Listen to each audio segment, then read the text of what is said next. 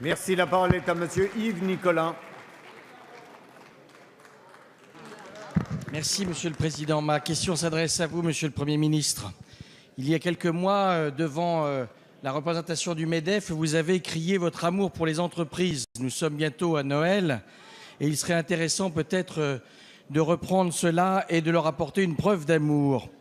J'aimerais attirer votre attention sur le DUER, qui est le document unique d'évaluation des risques, qui dit notamment document unique, et qui complexifie une fois de plus la tâche de nos entreprises. Le DUER est la traduction française d'une directive européenne, merci de nous quitter Monsieur le Premier ministre, qui vise, ce qui est louable, à améliorer et réduire les risques professionnels.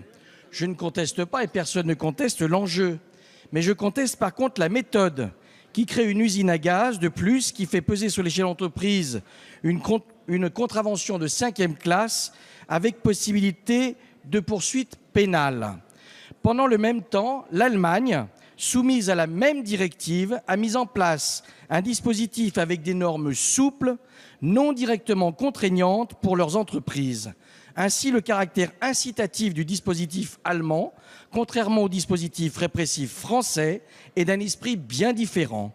Alors que l'Europe est décriée, on se rend compte que c'est en fait notre haute administration qui vient complexifier des normes, des directives européennes, alors qu'on ne lui demande rien et qui vient aujourd'hui embêter les chefs d'entreprise dans leur quotidien. Alors pendant que le président de la République annonce à force de médias un grand choc de simplification, j'aurais envie de vous demander, puisque le Premier ministre est parti, Monsieur Macron, reprenez la main sur ce sujet et aidez véritablement les entreprises de notre pays plutôt que de leur casser les pieds.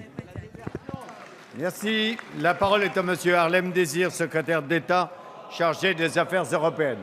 Merci, Modérez Monsieur le Président, votre joie, Mesdames et s'il vous Messieurs les députés. Monsieur le député Yves Nicolin, comme vous venez de le rappeler, le texte en question est la transposition, la conséquence de la transposition d'une directive européenne relative à la protection des travailleurs. Il s'agit de la directive 89/391 qui donc date de 1989.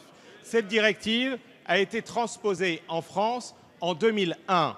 Elle porte sur un principe que je crois nous partageons tous. D'ailleurs, vous n'avez pas mis en cause le fond même de cette directive qui s'applique dans l'ensemble de l'Union européenne, qui est de faire une bonne évaluation des risques auxquels sont soumis les travailleurs, parce que c'est un élément fondamental de la santé au travail. Et il s'agit donc d'éviter la multiplication des accidents du travail. Il y en a énormément en Europe et ils ont été considérés comme justifiant de prendre des mesures de protection et les prendre d'une façon relativement harmonisée dans toute l'Europe, parce qu'il ne doit pas y avoir de dumping social, de concurrence déloyale sur la santé et sur les risques d'accidents au travail.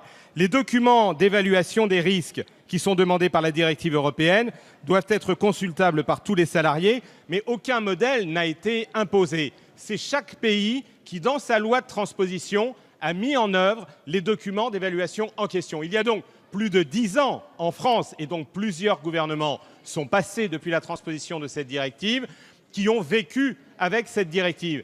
Il est vrai qu'il faut peut-être tirer comme leçon qu'on a besoin de normes européennes, mais peut-être pas de surtransposer les directives européennes. Il est donc tout à fait légitime d'examiner les conditions dans lesquelles nous transposons les normes européennes et les directives, parce que nous approuvons le fait qu'il y ait un certain nombre de protections communes, et s'il le faut, que nous réexaminions les documents qui pourraient mériter de l'être. Mais nous sommes attachés à ce que cette directive soit bel et bien en vigueur et qu'elle contribue à protéger les salariés des accidents du travail.